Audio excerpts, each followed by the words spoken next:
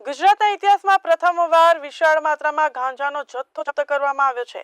ગાંધીનગર જિલ્લા પોલીસ અને એસઓજીની ટીમે ચંદ્રાલા નાકા પાસે તપાસ દરમિયાન લક્ઝરી બસમાંથી 2.37 કરોડનો વિદેશી ગુણવત્તાવાળો મિક્સિંગ ગાંજો ઝડપી પાડ્યો છે. ઘટનાના વિગતે વાત કરીએ તો ચંદ્રાલા નાકે ચેકિંગ દરમિયાન આ લક્ઝરી બસ રોકવામાં આવી. તપાસ દરમિયાન 2 મોબાઈલ બેગમાંથી વિદેશી ગુણવત્તાવાળો ગાંજો મળી આવ્યો, જેને મેક્સિકન ગાંજો કહેવાય છે.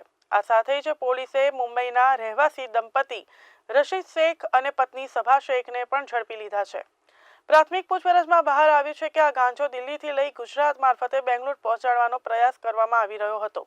તો પોલીસના જણાવ્યા મુજબ આ પ્રકારની જપ્તી રાજ્યના ઇતિહાસમાં પહેલીવાર જોવા મળી છે અને તે પણ આંતરરાષ્ટ્રીય સ્તરના ડ્રગ નેટવર્કથી સંકળાયેલી હોવાની શક્યતા છે. પોલીસ હાલમાં તેમના સંપર્કમાં રહેલા અન્ય શખ્સોની ઓળખ કરવા માટે સાયબર ક્રાઇમ સેલ અને એનસીબી સાથે મળીને કામગીરી આગળ વધારી રહી છે. પોલીસ સ્ટેશનને સ્ટાફને એક અંગત રીતે બાતમી મળેલ હતી, જેમાં કોઈ માદક પદાર્થની હેરાફેરી થાય એવું બાતમી મળી હતી. આ બાતમી મળ્યા પછી ચિલોડા પોલીસ સ્ટેશનને NH48 જો કે અમદાવાદ હિંમતનગર હાઈવે છે એના ઉપર સતત વાહન ચેકિંગ ચાલુ કરી હતી. આ વાહન ચેકિંગ દરમિયાન એક લક્ઝરી બસની પણ ચેકિંગ કરવામાં આવી હતી, જેમાં પાછળ બેસેલા એક કપલને પાસે એક બેગ મળ્યો હતો.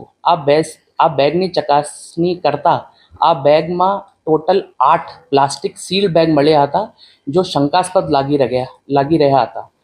વધુ તપાસ કરતાં 2 પંચોની હાજરીમાં આ બેગમાં મૂકેલા માદક પદાર્થની FSL પ્રિલિમિનરી ટેસ્ટિંગ કરવામાં આવી હતી, જેમાં ગાંજો હોવાનો પુરાવો મળ્યો હતો. આ ગાંજો હાઇબ્રિડ ગાંજો છે, જેની કુલ માર્કેટ વેલ્યુ આશરે 2 કરોડ 37 લાખ છે. આ ગાંજો સહિત 2 મોબાઈલ ફોન પણ સીઝ કરવામાં આવ્યા છે. 2 આરોપીઓની અટક કરવામાં આવી છે, જેનું નામ રાશિદ મોહમ્મદ યુનુસ શેખ અને એની પત્ની સબા રાશિદ શેખ છે, જે મૂળ મુંબઈના નિવાસી છે.